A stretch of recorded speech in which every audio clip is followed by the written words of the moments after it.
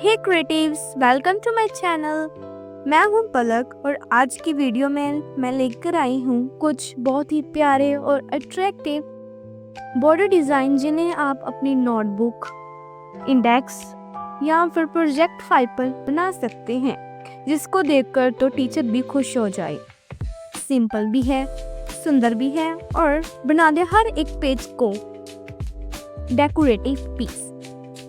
तो चलिए शुरू करते हैं आज की क्रिएटिव जर्नी।